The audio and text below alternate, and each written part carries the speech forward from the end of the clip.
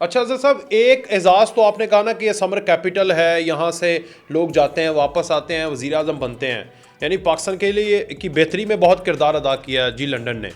लेकिन दूसरा सर जी, वहाँ से साजिशें भी बहुत आती हैं, लंदन प्लान्स भी बहुत आते हैं। गोल्डस्मिथ फैमिली जो है वो यहूदी जो हैं, सुन्नी जो हैं, बहुत एक फहरिस्त है, वो पाकिस्तान के निज़ाम को डिस्टेबलाइज करने के लिए वहाँ पर करारदादें भी बड़ी पास करते हैं। इस पर आपका तबसरा? मुझे याद है 2014 में ही लंदन जो प्लान बना था, तो उस वक़्त यहाँ पर इमरान खान साहब आए थे, तारुल कादरी साहब थे, परवेज़ इलाही साहब थे, और इसी तरह उस वक़्त के जो हाज़र सर्वस कुछ अफसरान थे वो भी आए थे, और उन्होंने इनको बिठा के यहाँ पर लंदन प्लान बनाया था। और जो लंदन प्लान बना था उसके बाद पाकिस्तान को अदम इस्तेहकाम के लिए से दौर किया गया। बहुत सारे आपको पता धरने हुए, सारी चीज़ें हुई।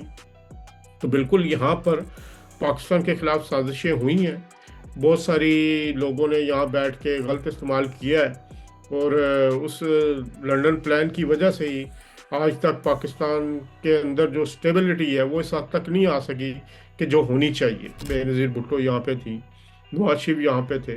तो मुझे आज भी याद है जब मिसाक जमहूरियत पे दस्तखत उन्होंने किए थे, तो यहीं पे बैठ के पाकिस्तान की तरक्की के लिए, पाकिस्तान की सियासत की फलाह के लिए यहीं पे बैठ के वो लोग बैठे थे और उन्होंने बात की थी। तो ज़ाहिर बात है, नेगेटिव पॉजिटिव दोनों चीज़ें होती हैं, लेकिन हमें जो पॉजिटिव है वो मेरा ख्याल है लंदन की ज़्यादा है नेगेटिविटी की निस्बत। तहरीक इंसाफ KPK के अंदर जुनैद अकबर, गंडापुर लड़ाई जो आ रही है, ये आपको लगता है कि उधर आप लंदन में भी देखें एक सहाफ़ी और दूसरा जो आदिल राजा है वो बैठ के भी लड़ रहे हैं ट्विटर के ऊपर, तो इसको कैसे आप देखते हैं? इमरान खान साहब है, उनकी एक खसूसियत है या खामी है कि वो अपने नीचे किसी को मुस्तहकम नहीं होने देते। वो नहीं चाहते कि सेकंड टियर पे कोई ऐसा लीडर बने या उस वो जो उनको टक्कर दे सके।